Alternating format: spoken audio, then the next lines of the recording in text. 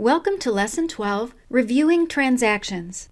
In the last lesson, you learned how to establish a secure connection to your bank and credit card accounts. I explained that depending on when you first connect, you will bring in transactions back to the first day of your fiscal year. So where are these transactions, and what are you supposed to do with them? In your navigation bar, select Banking. Here you will see all connected accounts along the top of the screen, along with balances, and in the lower right corner of each panel, the number of transactions waiting to be reviewed and categorized. Also, notice the Update button to the right of the account panels. Click Update every day to initiate the connection between QuickBooks Online and your bank and credit card accounts, and to bring in all new transactions since the last time you clicked the Update button.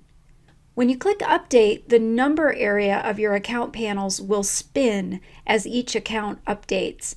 It only takes a few minutes, and then you will see a message that your update is completed. If I click on the Savings Account panel, notice that it turns a darker color, and the number 1 becomes orange. If I click on the MasterCard account panel, it turns a darker color and the number 7 becomes orange. These are visual indicators of the active account I'm viewing at the moment. To see the transactions for the selected account, scroll below. On the For Review tab, you will see the 7 transactions pulled in from the MasterCard. Here you have the ability to review the transactions, categorize them, and add them to your MasterCard register. Please understand that none of the transactions listed on the For Review tab are physically in your accounting system yet. Until you review and accept them, they do not impact your balances or show up on any reports. Essentially, they don't exist. Let's select our first transaction to review. We set up a table at our local fair to educate people about ironworkers. And we had a company called Laura's Lamination create little laminated cards that people could grab at the table. We paid them $150 using our MasterCard, and now the $150 charge has come through in our feed. To review the transaction, click anywhere on the transaction except for the checkbox to the left. The transaction will expand so that you can see the details. If you click anywhere on the transaction again, it will collapse. Click to expand, click to collapse. Try it a couple times until you're comfortable. Once expanded, you can examine the bank detail field, which shows you the information passed along to the bank when this transaction occurred. Reading that description will remind you that this was the place where we bought our laminated cards. So the first thing you need to do is assign the transaction to the correct vendor. We've never done business with Laura's Lamination before, so when I drop down the vendor options, that company is not in the list. If I select Add New at the top of the list, a small form appears, and that allows you to add a vendor on the fly. I'll type Laura's Lamination into the name box, select that this company is a vendor, and click Save. So now we've assigned this transaction to the proper vendor in the accounting system.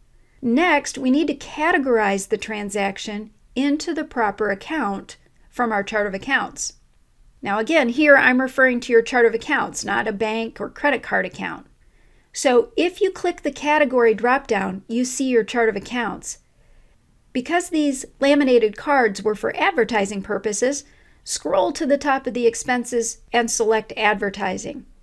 Next, verify that the amount is correct. The person who made the purchase may have dropped the receipt on your desk, or you called them to make sure it was a legitimate purchase. If you want to eliminate paper receipts, you could scan the receipt and then attach it to this transaction using the Add Attachment option. Later in the course, I'll show you how receipts can be captured and emailed so that you don't even have to scan them. Once you have this transaction assigned to the proper vendor and account, and have attached the receipt, click the Add button.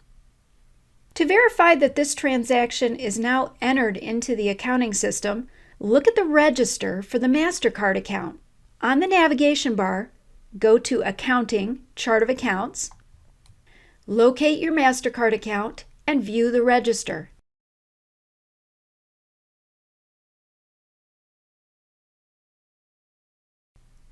Then locate the transaction with Laura's Lamination for $150. Notice that if you click on the entry in the register, you can change the assigned vendor or category and click Save, so if you make a mistake, it's easily corrected. If you want to view or print the attachment, you must click the Edit button and scroll down to the lower left of the transaction screen. I'm now going to return to Banking from the navigation bar.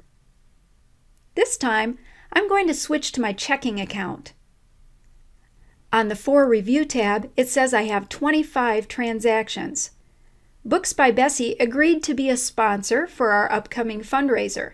She paid us $55, and the transaction has now come through on our bank feed. Notice it appears under the Received column rather than the Spent column. Click anywhere along the transaction to expand it. Books by Bessie is an existing vendor, so the business is already in the list. I'll assign the transaction to Books by Bessie and categorize it into the income account called Other Income. Then click Add.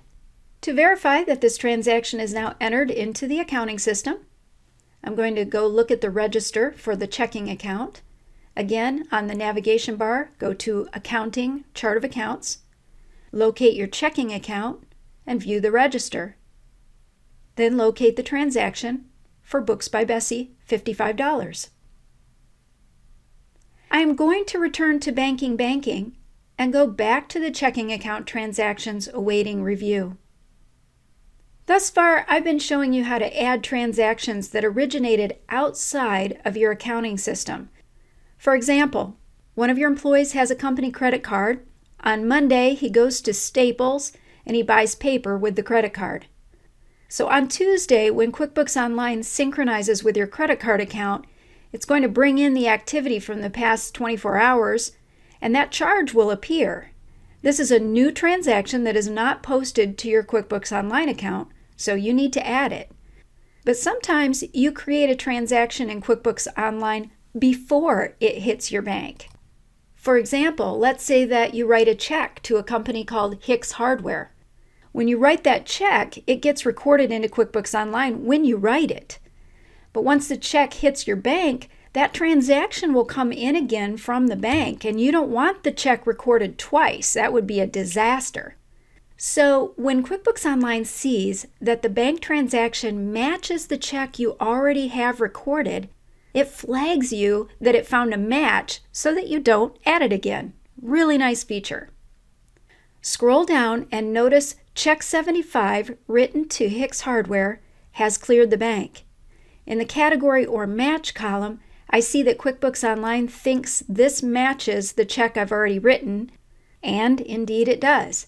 So when I click on that transaction, I don't need to assign a vendor or a category. That was done when I wrote the check. All I need to do is click the Match button. Now again, to verify that this transaction is now entered into my accounting system, I'm going to go look at the register for the checking account. On the navigation bar, go to Accounting, Chart of Accounts, locate your checking account and view the register. And there I see my transaction for Check 75 with Hicks Hardware. By the way, you do not need to go to the register and verify every entry you add to QuickBooks Online. I'm just doing that here to make sure you know where these entries go once you click Add or Match. Let's cycle back to the 3 tabs that appear below your bank feed panels. We have discussed the For Review tab. New transactions will appear under this tab where they can be reviewed and actioned. Transactions in this tab do not affect the financials in any way. It is only once they are actioned that they appear on the bank registers and impact the financial statements. But let's look at the Reviewed tab. This displays any transactions that have been added or matched already. Of course, those transactions can be found in their appropriate registers, as I've demonstrated. The final tab is called Excluded. If for some reason a transaction appears that you do not want to accept into a register, you can mark it as excluded. You should rarely need this. One scenario when I've used it was with a local union who didn't set their starting date properly when they connected to their bank account for the first time. So they brought in transactions from an earlier date than they needed, and we just excluded all of those transactions because they actually belonged to the prior fiscal year. I'm going to return to the For Review tab and go to my checking account. There is a $1,200 purchase with A-Rental. I'm going to click on the transaction to expand it, and the detail shows that it was for backhoe rental. A-Rental is a new vendor, so I need to add them to my vendor list and assign them as the vendor for this transaction. Now I am going to categorize the transaction under Equipment Rental and click Add. There is another transaction with A-Rental for $800. I'm going to click on the transaction to expand it. A-Rental is now already added as a vendor, so I will assign them to the transaction. And now I'm ready to categorize it, but this transaction is unique because I need to split it between multiple categories. Notice in the lower right of the transaction is an option called Split. Clicking this button takes you to a dialog box that allows you to split the transaction into as many categories as you would like. This is no different than going to Walmart and buying a bunch of different things, all one receipt, but maybe $200 of it is groceries and $300 of it is prescriptions, $100 of it is clothing. If you were keeping your personal accounting, you would want to keep all of that separate. I'm going to put $200 into the category called Equipment Rental and $600 into the category called Supplies. Notice I could add my attachment if desired. Then click Save and Add. Let's look at the transaction in the register. Go to Accounting, Chart of Accounts, and view the register for the checking account. When you locate the $800 transaction, notice that the category says Split. You can hover over the word Split and see the details. And of course, you can edit the transaction and modify your breakdown. Now let's return to banking once again. In addition to adding and matching, there is a third option in your review area called Record Transfer. You will use this option when a transaction is really just a movement or transfer of money from one account to another. For instance, when you make a credit card payment, you will be transferring money from your checking account to your credit card account. Or you may transfer money out of a savings account into a checking account. At this point, you should understand why manual entry of transactions is no longer necessary. Even end-of-month transactions, like earned interest or bank fees, do not need to be entered.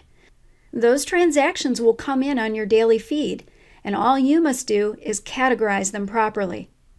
Also, QuickBooks Online watches for trends in your categorization, and it will begin making the process easier for you. For instance, if you have categorized every transaction with Staples under office supplies, the next time a Staples transaction comes in, you'll notice that Staples will already be entered as the vendor and the office supplies category will already be selected. You can just click Add. It's a great time-saving feature, but it can get you in trouble if you aren't paying attention. Perhaps the last visit to Staples was for printing rather than office supplies, so you don't want to blindly accept the entry without double-checking it. This up-to-the-minute accounting approach allows you to find problems immediately. You'll be able to compare your actual bank and credit card balances to your accounting balances every day, so discrepancies can be resolved immediately. Also, if an account gets compromised, you'll know right away.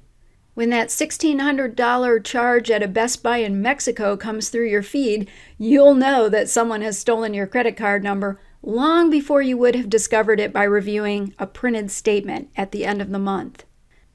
Folks, this was the most critical lesson in this course because it demonstrated how you will be handling financial transactions as they happen rather than hand entering them in batches. You now know that every day you will go to banking and click the Update button. Then you will review all new transactions, properly assigning them to vendors and to chart of account categories, and then committing them to your register. You know how to add, match, and transfer, and you also know how to split a single transaction between multiple accounts.